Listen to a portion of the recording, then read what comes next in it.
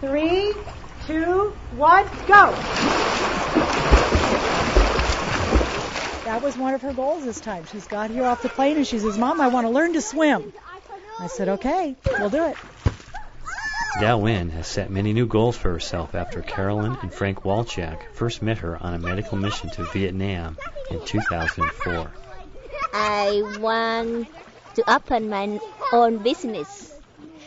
I want to buy an apartment and then I will open a grocery store. Dow, you've got it. You really do.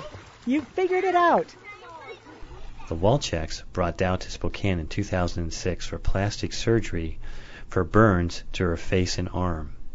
She had fallen into a fire at 3 weeks of age, losing her left hand. After her surgery, Dow waited many months to receive her new prosthetic hand. She then returned to Vietnam in early 2007 and found work in the country where she was once shunned because of her physical disabilities.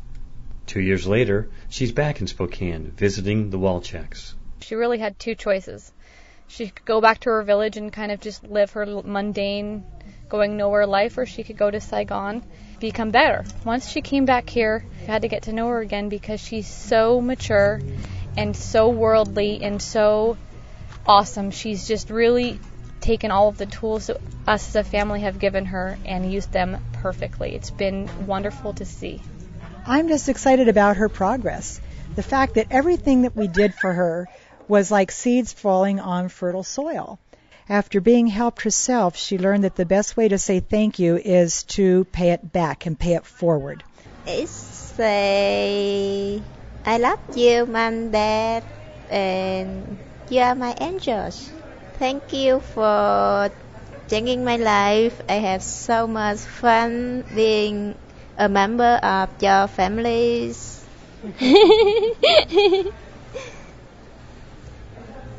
Dow is the most giving, nurturing, genuine person that I've ever met.